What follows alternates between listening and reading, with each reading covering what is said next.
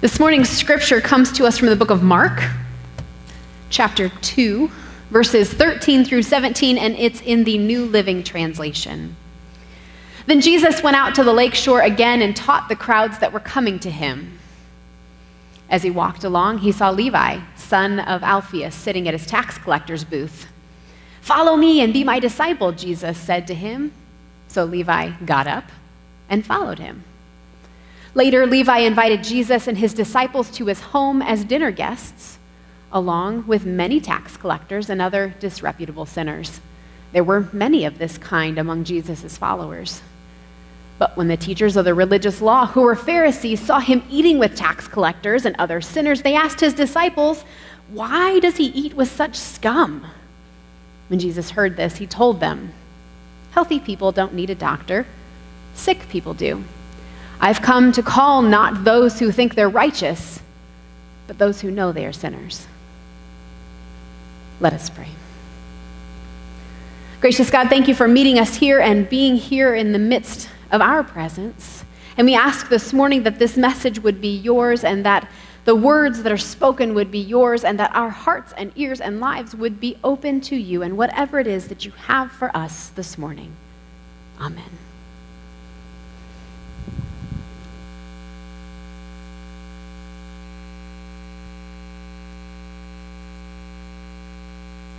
It's a beautiful day in this neighborhood, a beautiful day for a neighbor. Would you be mine? Could you be mine? It's a neighborly day in this beauty wood, a neighborly day for a beauty. Would you be mine? Could you be mine? I have always wanted to have a neighbor just like you. I've always wanted to live in a neighborhood with you, so let's make the most of this beautiful day. Since we're together, we might as well say, would you be mine? Would you be mine? Won't you be my neighbor? Won't you please? Won't you please? Please won't you be my neighbor? Welcome to this neighborhood, neighbor. If you aren't, the sermon series is called "Won't You Be My Neighbor?" And it's been inspired by Mr. Rogers' neighborhood. And so I decided this morning that I would channel my inner Mr. Rogers. I'm more of a hoodie person than a cardigan person. I have to show you this little trick. First of all, I'm really digging this new sweatshirt, but it has a hood, which obviously is hoodie. Those are my favorite. But it comes complete with a cone of silence. Things get a little too crazy, you just...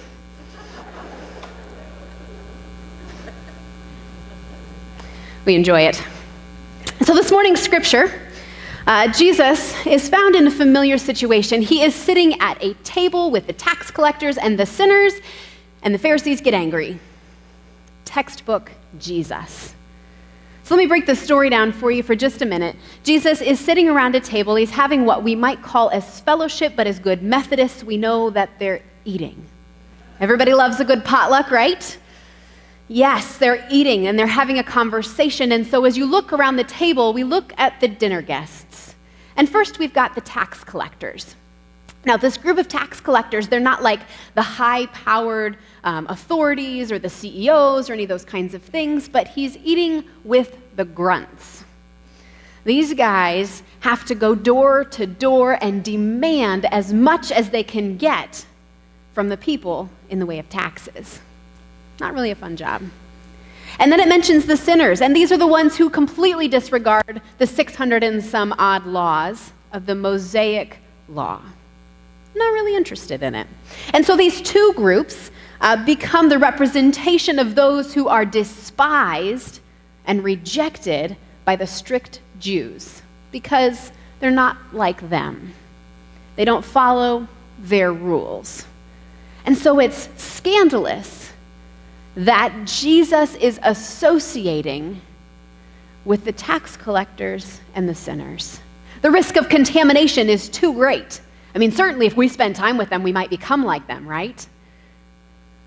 But there's Jesus, just sitting in the middle of all of it. And you know what? Surprise, surprise, it makes the Pharisees mad. They didn't like that Jesus wasn't following the rules or that he was not keeping the code and the tradition of ceremonial cleanliness.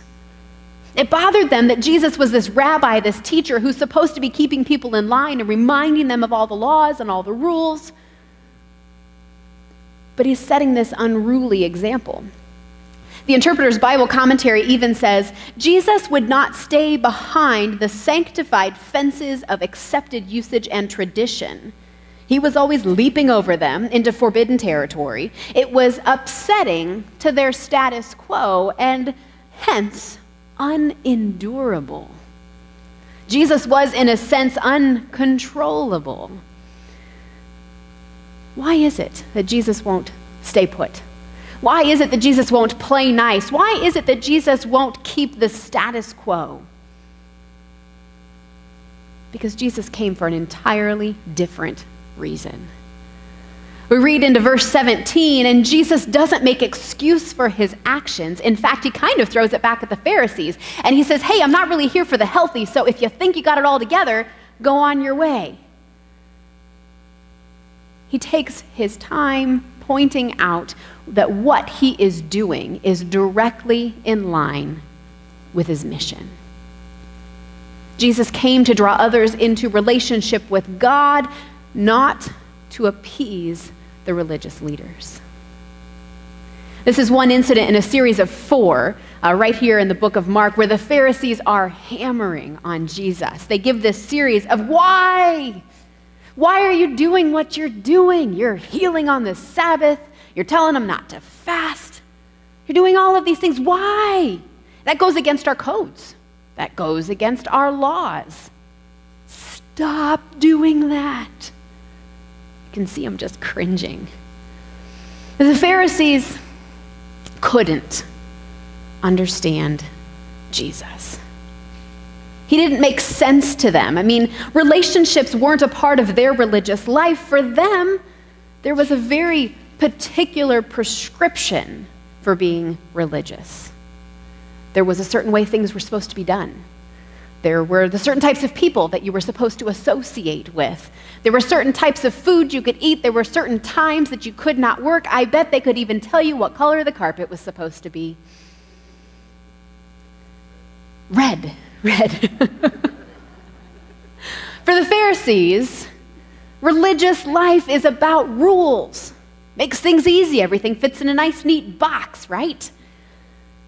Listening to the needs around them, that didn't make sense because it wasn't about the people around them. Adapting their ministry to include those who might see life a little bit differently wasn't an option. And then there's Jesus. And Jesus is all about relationship. He knew the people were hungry, so he fed them. He knew the people were lonely, and so he spent time with them. He listened to the needs around him, and then he worked to try to meet those needs in a way that made sense to the people. So many of you may remember that iconic opening scene from Mr. Rogers. He walks in, he takes off the suit coat, and he puts on the sweater. He sits down on the bench, he takes off the loafers, and he puts on the sneakers. From suit coats and loafers to sweaters and sneakers. A reporter who was chronicling the ministry and the TV show of Mr. Rogers, he says each movement, sound, story, sweater, and canvas sneaker was chosen with a purpose. They were chosen to make children feel safe and comfortable and listened to. Mr. Rogers knew how to capture the heart of his audience, and I'm sure had his audience been a little bit different, he might have worn something a little bit different. He never asked someone to be who they weren't, but instead met them where they were. We as a church have a similar task at hand. We have to begin to ask ourselves, who is our audience? Who is our neighborhood? Who are the people around us who most need to know about the unconditional love of God? And what would it look like to meet them where they are? These are not always easy questions to ask. Sometimes it's difficult to ask because we don't readily know the answers. Leonard Sweet, at a conference I went to about a year ago, he said, "Do you love your zip code enough to cry over it?" He pushed it a step further, and he said, "Do you know your zip code enough to cry over it?" We have to admit that sometimes we haven't taken the time to listen, and that sometimes we've been too afraid to listen. Learning about our community, it takes time, it takes investment, and it takes a willingness to see the neighborhood for who it really is, not who we perceive it to be. Sometimes these are difficult questions to ask because we aren't really prepared for what the answers require of us. Same conference, different speaker, Bishop Graham Cray. He says, "Who won't be reached by only doing what you're doing now?" If we learn that the people are hungry, what will it take to feed them? If we learn that the people are lonely, what will it take to build relationships with them? If we learn that the people are living on the streets, what will it take to provide shelter for them? These questions, they're hard. They make us uncomfortable. They make us nervous. And why is that? Because these questions require answers that require something of us. And oftentimes, it pushes us out of our comfort zones. For the Pharisees, life was easy. They've got their list of rules. They know who's in, they know who's out. He says, "Here's this list of rules. Don't want to abide by them? You don't want to look like us? No problem. We have no use for you. Relationship isn't part of our religion. You're either in or you're out." Doesn't require a whole lot of you. But when your mission, your aim, your call is to listen to the sounds of your neighborhood, to listen to the groanings of your neighborhood, to listen to the weeping of your neighborhood, it requires building relationships. It requires adjusting at every turn. It requires eating with the outcasts. It requires sweaters and sneakers. It requires time and energy and love and love and love. I'm not going to sugarcoat it.